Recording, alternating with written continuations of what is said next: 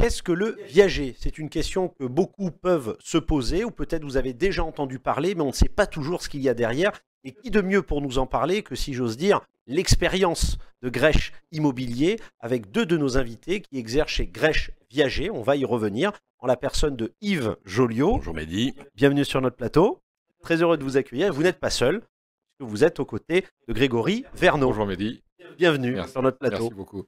Alors, j'ai envie de dire, pour commencer, vous êtes deux experts, j'allais dire, du viager. Oui. Donc, il y a une particularité. Pourquoi on parle d'experts? Tout à fait. Alors c'est vrai qu'on connaît beaucoup plus les agences immobilières classiques, parce que nous sommes, nous, Grèche Immobilier, une agence immobilière depuis 1962, où on fait tous les métiers de l'immobilier, la transaction particulièrement, mais aussi l'administration de biens qui recouvre le syndic, la gestion locative. Bien sûr. Et nous avons là décidé d'avoir en plus un service dédié aux viagers, qui fait partie aussi de la transaction immobilière, mais qui est un petit peu spécifique. Pour travailler dans le viager, il faut avoir quand même une connaissance approfondie de la transaction immobilière classique. Quand on fait du viager, la première chose qu'on nous demande, c'est déjà d'évaluer correctement le bien, avec la valeur vénale. C'est à partir de là que tout démarre. Oui, une évaluation classique. Une évaluation classique, mais il n'empêche que derrière, vous avez aussi toute une expertise. C'est pour ça que nous avons ce titre d'expert viager, puisque toute une expertise dans le calcul du viager. Et là, par contre, c'est pas forcément tout le monde qui peut le faire. Il faut avoir une petite connaissance, même une connaissance approfondie en la matière. Voilà, de la réglementation et de ses singularités. Alors, j'ai envie de poser une question toute bête, vraiment pour les néophytes qui nous regardent. Qu'est-ce que le viager? Alors, le viager, c'est une transaction, comme je l'ai dit, qui est un petit peu particulière, qui va permettre, en fait, surtout dans le viager le plus communément appelé, qui est le viager occupé, qui va permettre en fait aux vendeurs de pouvoir rester dans les lieux. Donc c'est quand même assez spécifique. On fait une vente, mais on reste toujours à l'intérieur. Donc c'est ce que l'on appelle chez nous le droit d'usage et d'habitation. C'est un petit peu des termes techniques, on les explique bien évidemment à nos clients. On part de la valeur vénale, on va déduire ce droit d'usage et d'habitation de la valeur vénale. Et à partir de là, il y a des calculs qui vont se mettre en œuvre pour pouvoir définir un montant d'un bouquet et d'une rente qui va être payée toute la vie durant de celui qui va être le crédit rentier, donc celui qui va continuer à habiter dans les lieux tout en ayant vendu une partie à un débit rentier qui lui sera débiteur donc, de cette rente qu'il va devoir payer jusqu'à ce que ceux qui habitent à l'intérieur décèdent. Alors justement, je vais me tourner vers Grégory Verneau. Oui. Donc concrètement, lorsqu'on parle d'un viager, en l'occurrence occupé, je veux dire, comment ça se présente?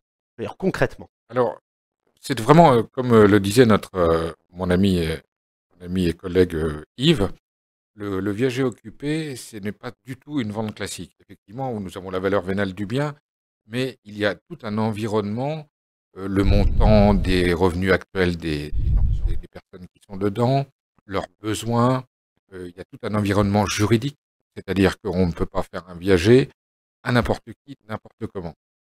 C'est-à-dire que, par exemple, vous allez avoir des gens qui ont une petite retraite, des commerçants à la retraite, où on va être obligé d'adapter la rente par rapport au bouquet. Il y a des gens qui sont retraités avec j'allais dire, des retraites assez importantes, qui auront besoin plus d'un capital. Donc, nous, déjà, il y a juridiquement de savoir s'ils peuvent le faire. S'ils ont des enfants, on peut le faire, mais il y a des précautions à prendre. Parce que si le viager est mal calculé, eh bien, les enfants peuvent dire ça a été mal calculé et faire annuler le viager. On appelle ça une requalification. Donc, c'est pour ça que nous, on ne fait que ça pour pouvoir sécuriser la vente en viager. Donc, c'est tout en fait, on pourrait dire que nous, en tant qu'experts viager chez Grèche, on fait du sur-mesure, on ne fait pas du prêt-à-porter. C'est-à-dire que s'il y a des gens qui veulent vendre en viager, on va se mettre à deux, on va mettre plusieurs rendez-vous, c'est-à-dire que ça va se passer en 3 ou 4 rendez-vous, et faire une proposition détaillée et sur mesure de ce qu'on peut leur proposer. Donc souvent, j'ai envie de dire, par exemple, pour vraiment, encore une fois, les néophytes qui nous regardent, donc en règle générale, c'est dédié aux personnes âgées. Vous dites, c'est les personnes qui sont à la retraite. On ne peut pas le faire si on est jeune, par exemple. En viager occupé, alors on peut le faire à tout âge. En viager, on peut le faire à tout âge. Sauf qu'il y a des âges où c'est plus intéressant. En viager occupé, en dessous de 70 ans, c'est très compliqué parce qu'il faut penser à la personne qui achète le viager. Bien sûr. Il faut en général une génération d'écart entre la personne qui achète et la personne qui vend. Donc les 70 ans, ça veut dire qu'on va tomber sur des 40-50aires qui sont déjà en général propriétaires de leur résidence principale, qui ont une surface financière et qui font un investissement, puisque c'est un bon investissement. Le viager en tant qu'acheteur, en tant qu'investisseur, est un bon investissement en général. Après, on pourra peut-être y revenir. Mais imaginez quelqu'un qui a 60 ans qui veut vendre en viager occupé. Il y a 30 ans à peu près d'espérance de vie, parce que c'est des tables, c'est pas l'espérance de vie qu'on a l'habitude de connaître, nous avons des barèmes précis. C'est pas possible. Pour un viager libre, à partir de 60 ans, on peut.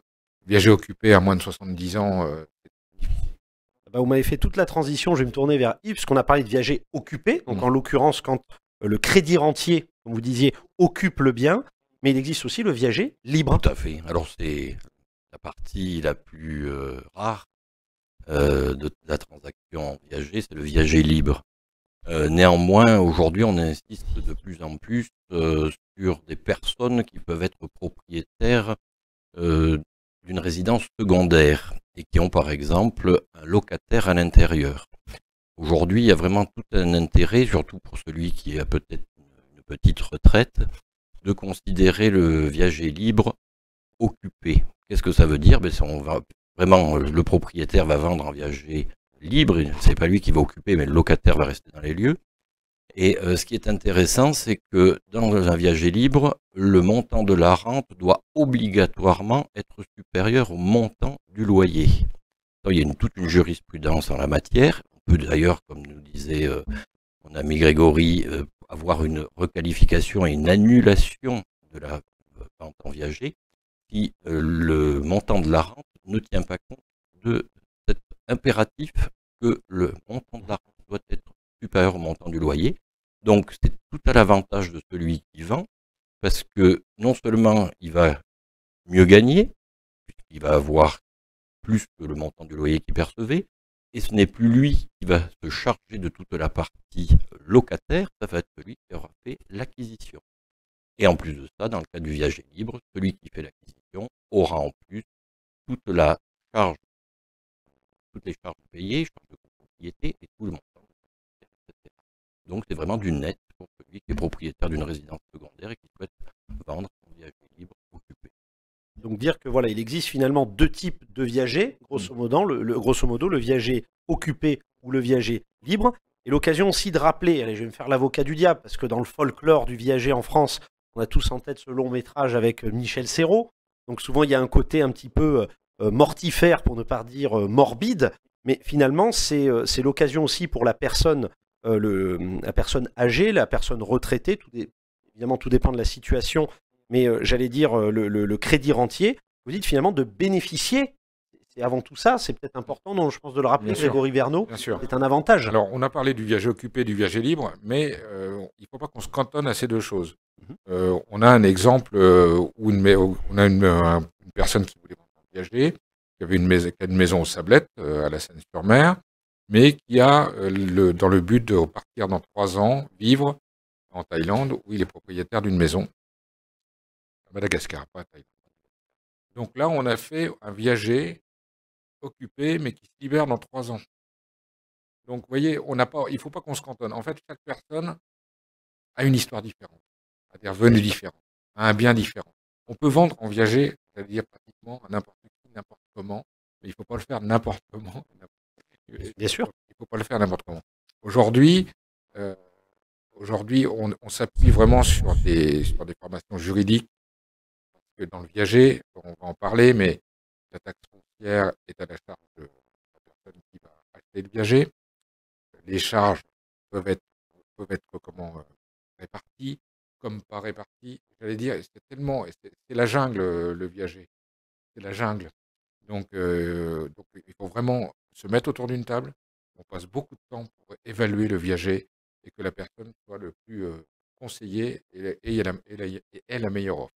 Alors, vous l'aurez compris, hein, chers téléspectateurs, l'occasion de rappeler pour celles et ceux qui ne connaîtraient pas le viager, de rappeler que c'est, si j'ose dire, un type de vente réglementé, mais qui a aussi sa part, et je vous prends au mot, comme dit, de liberté, comme on dit, ça peut être la jungle, mais c'est surtout l'occasion de s'appuyer sur de vrais experts puisqu'on est quand même sur des contrats de vente où, comme vous le disiez, après qu'on termine peut-être là-dessus, de rappeler cette notion de requalification, donc de dire que ça peut être aussi périlleux si on ne fait pas les choses comme il faut. Oui, si je peux rajouter. Bien sûr, je vous en prie. Je peux rajouter, de toute façon, tous les accords en viager, on passe devant un notaire qui est responsable également du calcul des viagers, de la mise en place. Du contrat. Donc, de toute façon, tout est sécurisé par les notaires.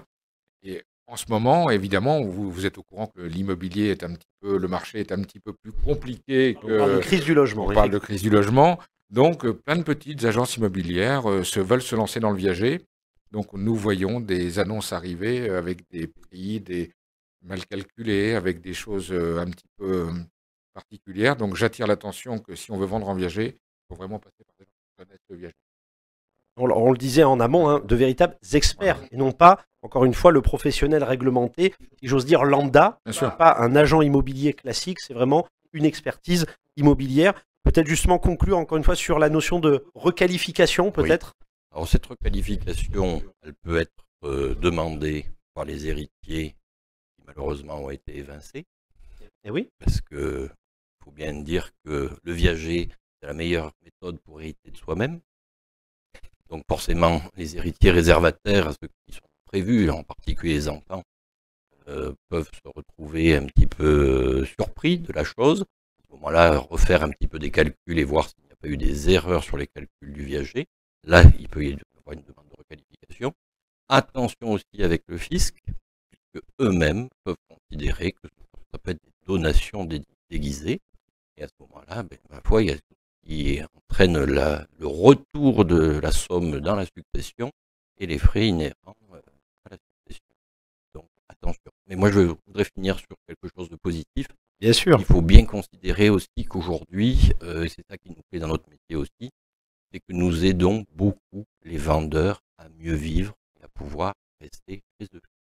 On est là, en fait, pour leur permettre d'avoir des revenus complémentaires pour qu'ils restent leur jour dans leur maison, dans leur environnement. Et ça permet aussi de protéger, surtout quand monsieur et madame, le conjoint survivant. Puisque une rente est calculée et on peut faire un pouvoir réversible au conjoint survivant. Si un des deux venait à disparaître. Donc on maintient ce revenu qui a été décidé à deux, même s'il n'y en a plus. Donc l'occasion de rappeler qu'un viager, c'est d'abord une volonté du crédit rentier. Évidemment. Tout à fait. C'est peut-être important, voilà, de le souligner. Je vais vous remercier, messieurs, justement pour vous être prêtés à l'exercice sur Info 83. On le rappelle, Yves Joliot et Grégory Verneau, qui sont des experts en viager au sein de la plus vieille agence immobilière de Toulon, Grèche Immobilier. On avait eu l'occasion de recevoir, j'allais dire, messieurs Grèche, père et fils, donc pour nous parler de l'actualité immobilière. Donc n'hésitez pas, sur Info 83, on est là pour vous renseigner. Donc le viager, c'est une opportunité en termes de transactions immobilières. Mais il faut savoir que c'est réglementé et je veux dire, qui de mieux que des experts pour vous appuyer. Encore merci, messieurs. Merci Mehdi, à bientôt. Merci Mehdi, à bientôt. Merci d'avoir été avec nous. Merci beaucoup. à vous, chers téléspectateurs, et à très vite sur Info 83.